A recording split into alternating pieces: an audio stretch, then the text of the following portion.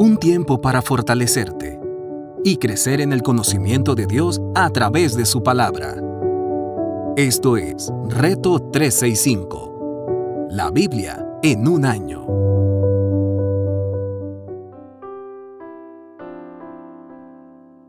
Reto 365, la Biblia en un año. Su servidora, Anaí Solís. Día 190, Antiguo Testamento, Primera de Crónicas, capítulo 15. David lleva el arca a Jerusalén. David construyó para sí casas en la ciudad de David. Dispuso un lugar para el arca de Dios y levantó una tienda de campaña. Luego dijo: solo los levitas pueden transportar el arca de Dios, pues el Señor los eligió a ellos para este oficio y para que les sirvan por siempre. Después David congregó a todo Israel en Jerusalén para trasladar el arca del Señor al lugar que había dispuesto para ella. También reunió a los descendientes de Aarón y a los levitas convocó a los siguientes: de los descendientes de Coat, a su jefe Uriel y a sus parientes 120 en total; a los descendientes de Merarí, a su jefe Asaías y a sus compañeros 220 en total; de los descendientes de Gershón, a su jefe Joel y a sus parientes 130 en total; de los descendientes de Elisafán, a su jefe Semaías y a sus parientes 200 en total; de los descendientes de Hebrón, a su jefe Eliel y a sus parientes 80 en total; de los descendientes de Uziel y a su jefe Aminadab y a sus parientes 112 en total. Luego David llamó a los sacerdotes Sadoc, Abiatar y a los levitas Uriel, Asaías, Joel, Semaías, Eliel y Aminadab. Y les dijo: como ustedes son los jefes de las familias patriarcales de los levitas, purifíquense y purifiquen a sus parientes para que puedan traer el arca del Señor, Dios de Israel, al lugar que he dispuesto para ella. La primera vez no la transportaron y nosotros consultamos al Señor nuestro Dios, como está establecido. Por eso Él se enfureció contra nosotros. Entonces los sacerdotes y los levitas se purificaron para transportar el arca del Señor, Dios de Israel. Luego de los descendientes de los levitas, valiéndose de las varas, llevaron el arca de Dios sobre sus hombros, tal como el Señor lo había ordenado por medio de Moisés. David les ordenó a los jefes de los levitas que nombraran cantores y entre sus parientes para que entonaran alegres cantos al son de arpas, liras y címbalos. Los levitas nombraron a Enán, hijo de Joel, a su pariente Asaf, hijo de Berequías, y a Etán, hijo de Cusaías, de los descendientes de Merarí. Junto con ellos nombraron a sus parientes que le seguían en rango y que se desempeñaban como porteros: Zacarías, hijo de Jaziel, Semiramot, Jehiel, Uní, Eliab, Benaías, Maseías, Matatías, Elifeleu, Micnías, Obed, Edom y Jehiel. Los cantores Gemán, Asaf y Etán tocaban los címbalos de bronce. Zacarías, Aziel, Semiramot, Jehiel, Uní, Eliab, Maseías y Benaías tenían arpa de tono agudo.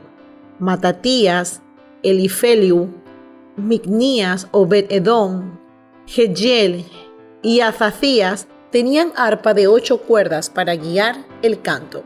Kenanías, jefe de los levitas, como experto que era, dirigía el canto.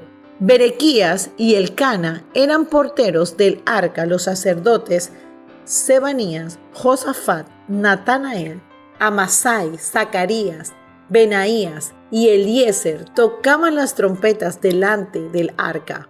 Obed y Edom y Jeías eran también porteros del arca. Muy alegres David, los ancianos de Israel y los jefes de 1000 fueron a trasladar el arca del pacto del Señor desde la casa de Obed-Edom. Y como Dios ayudaba a los levitas que transportaban el arca del pacto del Señor, se sacrificaron 7 toros y 7 carneros. David estaba vestido con un manto de lino fino, lo mismo que todos los levitas que transportaban el arca, los cantores y Kenanías, director del canto. Además, David llevaba puesto un efod de lino. Así que entre vítores y el son de cuerpos de carnero, trompetas, címbalos, arpas y liras, todo Israel llevaba el arca del pacto del Señor. Sucedió que al entrar el arca del pacto del Señor a la ciudad de David, Mical, la hija de Saúl, se asomó a la ventana y cuando vio que el rey David saltaba y danzaba con alegría, sintió por él un profundo desprecio. El arca de Dios fue llevada a la tienda de campaña que David la había preparado. Allí la instalaron y luego presentaron holocausto y sacrificios de comunión en presencia de Dios.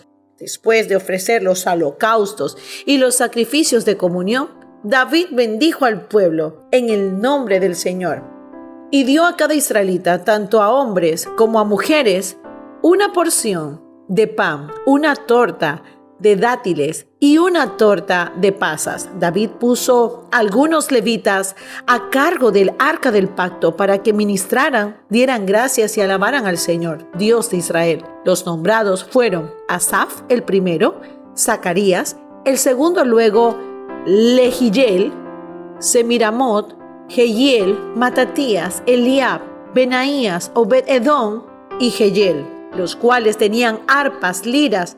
Asaf tocaba los símbolos.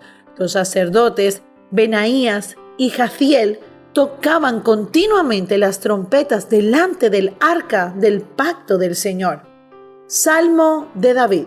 Ese mismo día David ordenó por primera vez que Asaf y sus compañeros fueran los encargados de esa alabanza al Señor. Alaben al Señor, proclamen su nombre, testifiquen de sus proezas entre los pueblos.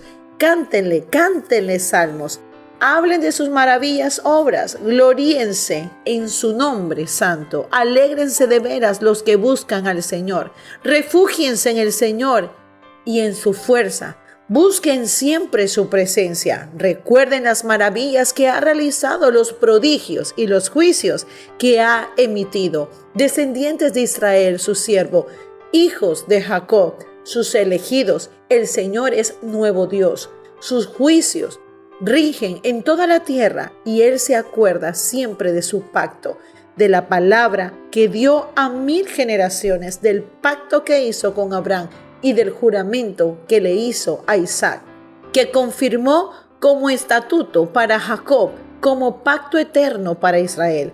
A ti te daré la tierra de Canaán como la herencia que te corresponde, cuando apenas eran un puñado de vivientes, unos cuantos extranjeros en la tierra, cuando iban de nación en nación y pasaban del reino en reino.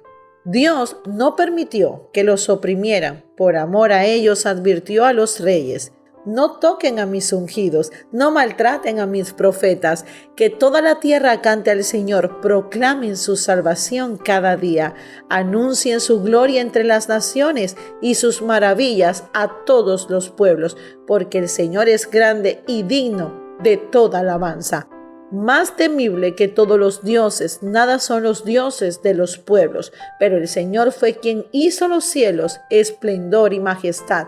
Hay en su presencia poder y alegría, hay en su santuario. Tributen al Señor familias de los pueblos, tributen al Señor la gloria y el poder, tributen al Señor la gloria que corresponde a su nombre. Preséntense ante Él con ofrenda, adoren al Señor en su hermoso santuario, que tiemble ante Él toda la tierra. Él afirmó el mundo y éste no se moverá. Alégrense los cielos y regocíjense la tierra. Digan las naciones: el Señor reina. Que resuene el mar y todo cuanto contiene. Que salte de alegría el campo y los que hay en él. Que los árboles del campo canten gozo ante el Señor, porque Él ha venido a juzgar a la tierra. Alaben al Señor, porque Él es bueno, y su gran amor perdura para siempre. Díganle: sálvanos, oh Dios, Salvador nuestro, reúnenos y líbranos de entre los paganos, y alabaremos tu santo nombre, y nos regocijaremos en tu alabanza. Bendito sea el Señor, Dios de Israel, desde siempre y para siempre. Y todo el pueblo respondió: amén, y alabado al Señor. Nuevo Testamento, Libro de Hechos, capítulo 27, verso 13. La tempestad. Cuando comenzó a soplar un viento suave del sur, creyeron que podían conseguir lo que querían, así que llevaron anclas y navegaron junto a la costa de Creta. Poco después, se nos vino encima un viento huracanado, llamado nordeste, que venía desde Isla. El barco quedó atrapado por la tempestad y no podía hacerle frente al viento, así que nos dejamos llevar a la deriva. Mientras pasábamos al abrigo de un islote llamado Cauda, a duras penas pudimos sujetar el bote salvavidas. Después de subirlo a bordo, amarraron con sogas todo el casco del barco para reforzarlo, temiendo que fueran a encallar. En los bancos de arenas de la Sirte, echaron el ancla flotante y dejaron el barco a la deriva.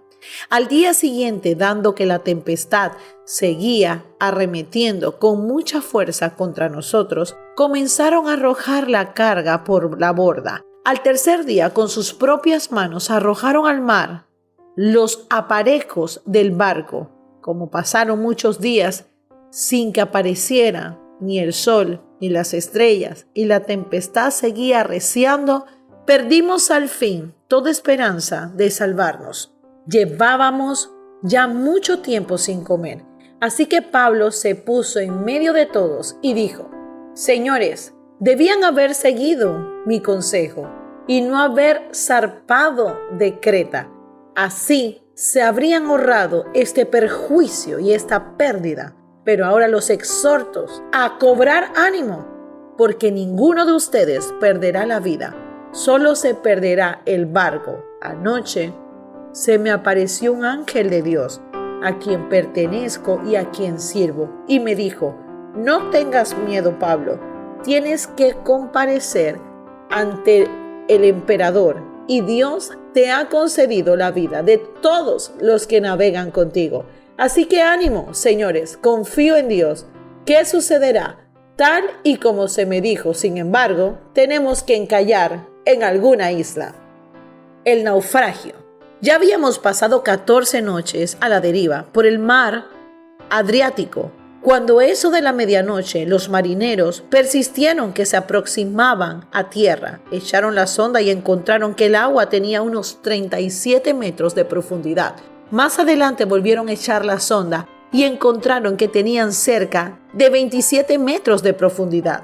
Temiendo que fuéramos a estrellarnos contra las rocas, echaron 4 anclas por la popa y se pusieron a rogar que amaneciera. En un intento por escapar del barco, los marineros comenzaron a bajar al bote del salvavidas al mar en el pretexto de que iban a echar algunas anclas desde la proa. Pero Pablo les advirtió al centurión, a los soldados: si esos no se quedan en el barco, no pueden salvarse ustedes. Así que los soldados cortaron las amarras del bote salvavidas y lo dejaron caer al agua. Estaba a punto de amanecer cuando Pablo animó a tomar alimento. Hoy hace ya 14 días que ustedes están con la vida en un hilo y siguen sin probar bocado. Les ruego que coman algo, pues lo necesitan para sobrevivir. Ninguno de ustedes perderá ni un solo cabello de la cabeza. Dicho esto, tomó pan y dio gracias a Dios delante de todos. Luego lo partió y comenzó a comer. Todos se animaron y también comieron. Éramos en total 276 personas en el barco. Una vez satisfechos, aligeraron el barco echando el trigo al mar. Cuando amaneció, no reconocieron la tierra, pero vieron una bahía que tenía playa, donde decidieron encallar el barco a como diera lugar. Cortaron las anclas y las dejaron caer en el mar, desatando a la vez las amarras de los timones. Luego izaron a favor del viento la vela de proa y se dirigieron a la playa. Pero el barco fue a dar en un banco de arena y encalló. La proa se encajó en el fondo y se quedó varada, mientras la popa se hacía pedazos el embate de las olas. Los soldados pensaron matar a los presos para que ninguno escapara a nado, pero el centurión quería salvarle la vida a Pablo y les impidió llevar a cabo el plan. Dio orden de que los que pudieran nadar saltaran primero por la borda para llegar a tierra y de los demás salieran valiéndose de tablas o de restos del barco. De esta manera todos llegamos sanos y salvos a tierra. Antiguo Testamento, libro de Salmos, capítulo 82. Dios preside el consejo celestial entre los dioses, dicta sentencia. ¿Hasta cuándo defenderán la injusticia y favorecerán a los impíos? Defiendan la causa del huérfano y del desvalido. Al pobre y al oprimido, háganles justicia. Salven al menesteroso y al necesitado. Líbrenlos de la mano de los impíos. Ellos no saben nada, no entienden nada. Deambulan en la oscuridad. Se estremecen todos los cimientos de la tierra. Yo les he dicho, ustedes son dioses. Todos ustedes son hijos del Altísimo. Pero morirán como cualquier mortal. Caerán como cualquier otro gobernante. Levántate, oh Dios, y juzga la tierra, pues tuyas son todas las naciones. Meditación del día de hoy. Uno de los secretos para vivir una vida de paz es creer las promesas de Dios. El Señor promete suplir todas nuestras necesidades. Cuando Dios envió un ángel a decirle a Pablo que ni él ni sus compañeros de viaje iban a morir, Pablo les aseguró a ellos: sucederá tal y como se me dijo. Pablo simplemente le creyó al Señor y fue así donde exhortó a sus compañeros que ni él ni ellos iban a morir. ¿Estás tú hoy poniendo tu confianza en Dios?